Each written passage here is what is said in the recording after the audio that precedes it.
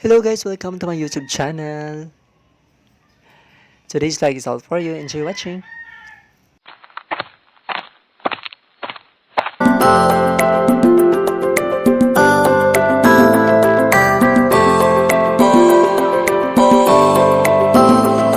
Before anything else, please don't forget to subscribe and then click the notification bell so that you will be notified for my next video. Hello guys, welcome to my YouTube channel again, and I would like to thank you all to those who recently subscribed to my YouTube channel. I really appreciate it. Thank you so much guys.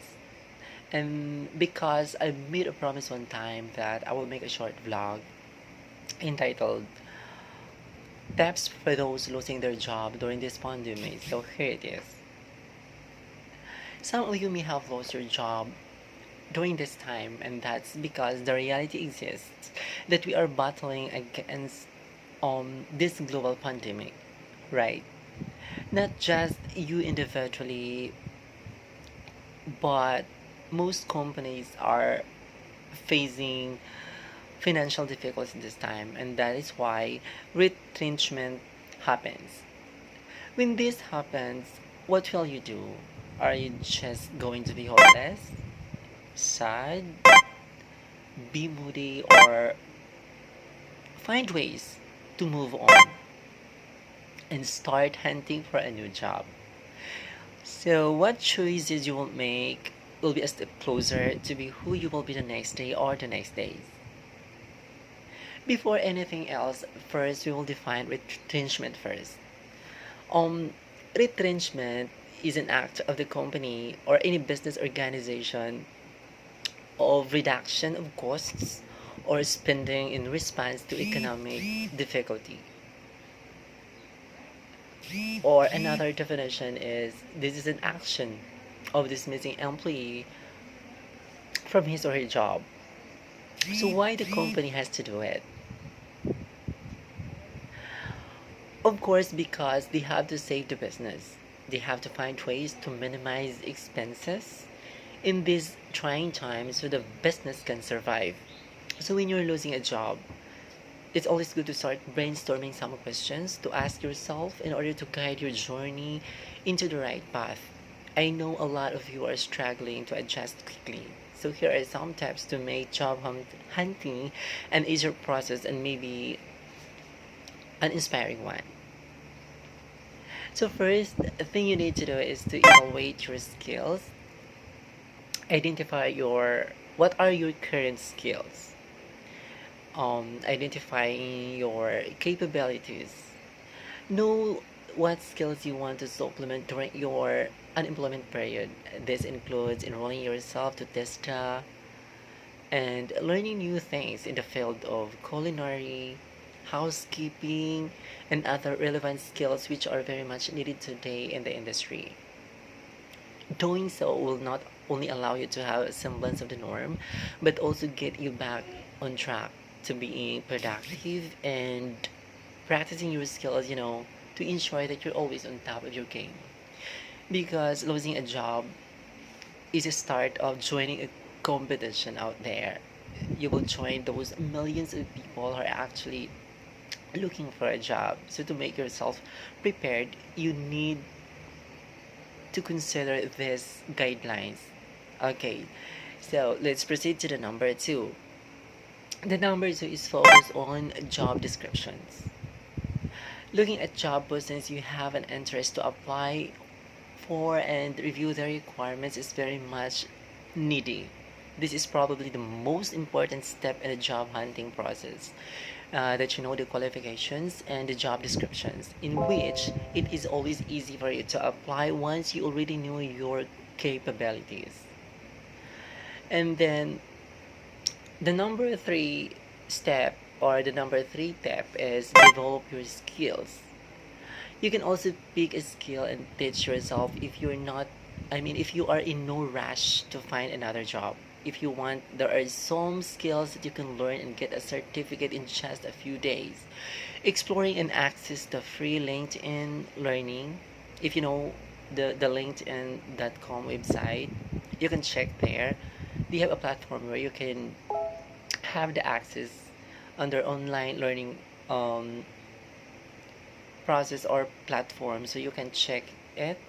Enroll some online classes such as English learning courses and speak English professionally classes and a lot more. Don't be idle. Find ways to develop your skills because every day is a learning process for us. So, lahat tayo needed nating mag-learn every day. So, number 4 is update your resume. Make sure that your resume is updated. This is very important since you need to sell yourself to the company that you're applying for. Do you get what I mean, guys? Um, Looking at your resume, especially on the part of your job experience, is one way or another that will add an impression to your qualifications as aspiring applicant. So remember that. Number 5 is learn to build your network. Guys, now will be the perfect time to catch up with your old co-workers, old office mates from your previous jobs. Um, Catch up with your ex-employers, some of your classmates before in college who you really enjoyed working with before. So, you know what? During this time, they can help you out in seeking for a new job. This is the power of referral system, which is very much common today. I'd always been too vocal about having such a nice or graceful exit at every company you'd been connected with. This is very necessary, especially during the background check. Remember, the company that you're applying for um, will communicate to those companies reflecting in a resume. So um, they would do a background check. So if you have some unwanted or bad behaviors before, you know, then that could be one of the factors why you won't be hired. So more importantly, be nice and make sure to secure a certification of employment, COE, most of the time, or a clearance certificate from your ex-employers because that will justify your experiences before. So that could be one of the bases why you will get hired to the job that you are applying for now. So number 6 step, guys, is be open to get more experiences. This can happen. Say for example, somebody will tell you this. Huy, mayroon kaming Huy talaga. Parang napaka-informal nun. Pero in reality, yun naman talaga ang sinasabi natin eh, lalo na kapag close friend natin siya, di ba? That's normal. In fact, mumurahin pa nga natin yan. Hindi nagagalit yan eh, kasi alam niya na normality na yan sa friendship. So, yun. Pag sinasabi niya na, uy, meron kaming job hiring dito, kaso lang, ano siya, hindi siya short term lang siya, hindi siya for regularization or for probationary position. So, anong gagawin mo doon? Wala kang work, tapos alam mo, paunahan na ngayon, di ba? So, choosy ka pa ba? Naku, wag ka ng choosy, girl. Kasi, grab mo na yan. Trabaho na yan eh. May mga company kasi na kahit alam nilang short term lang yung job na ino-offer sa'yo. Tapos natapos mo and then during that short term na nandun ka sa kanila, nagustuhan nila yung performance mo, nagustuhan nila yung character and yung work ethics na pinapakita mo. That's the reason na pag mayroong job vacancy talaga, i-absorb ka. Or they will call you back for another offer, another position to be offered to you. So yun, i-grab mo na yun. Opportunity na yun eh. Huwag mo nang sayangin, di ba? So number 7 tip is stop the blaming game. Losing a job, guys, cannot be blamed to your employer. Cannot be blamed to anybody else. Cannot be blamed to your coworkers.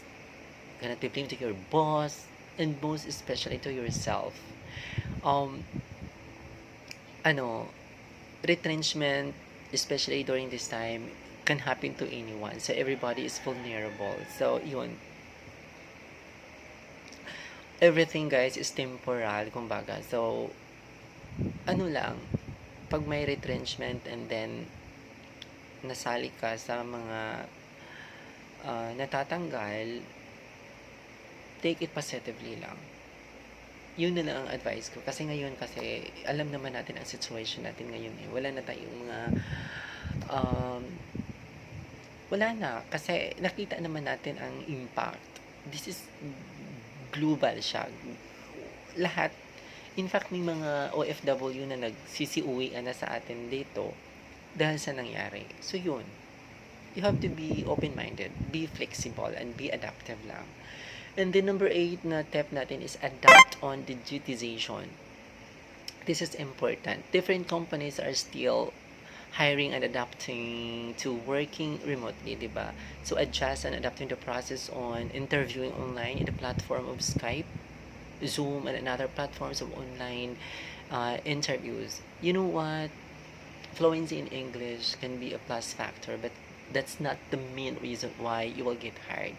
Some interviewers will look into an applicant that is idealistic and has the ability to answer the question briefly with a sense. Yun.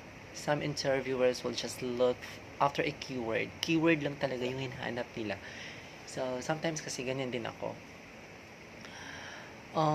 Number 9 tip I can give you guys is don't give up. Yeah, because giving up must never be an option to anyone. Always remember that, guys.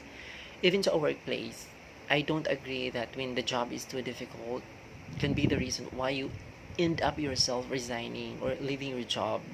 I guess that's hilarious for me. That's very funny for me to have that mentality na kapag nahihirapan ka sa trabaho, mag-resign ka na kaagad. Oh my God.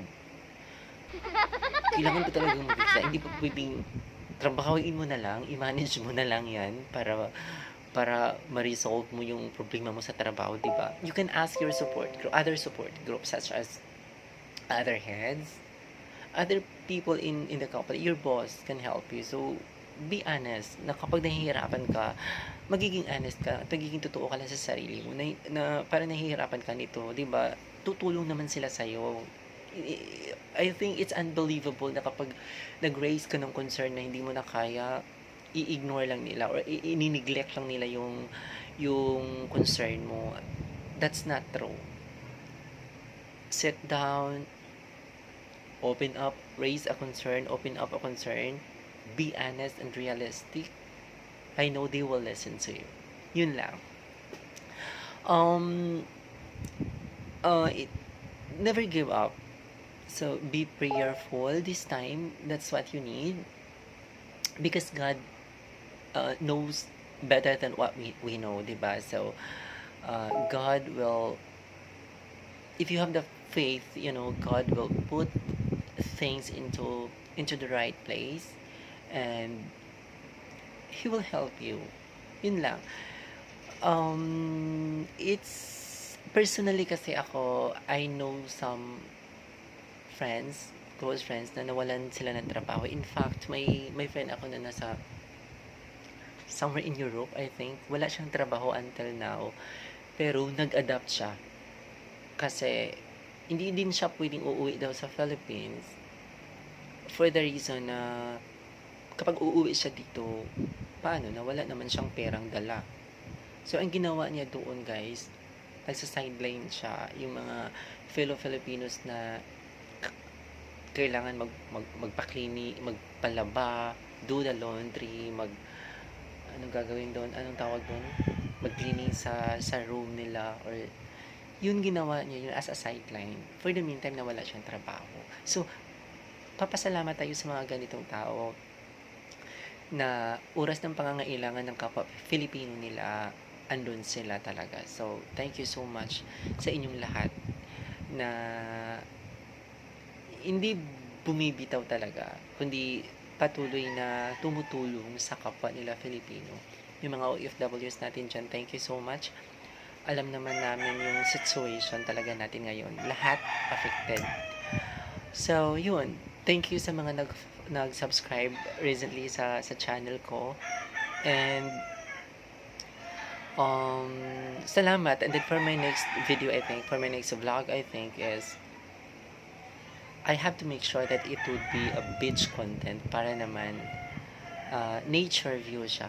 I love nature. So yun, ipapakita ko yun sa inyo guys. Maraming salamat and this I hope this short video can help you. Thank you and bye-bye.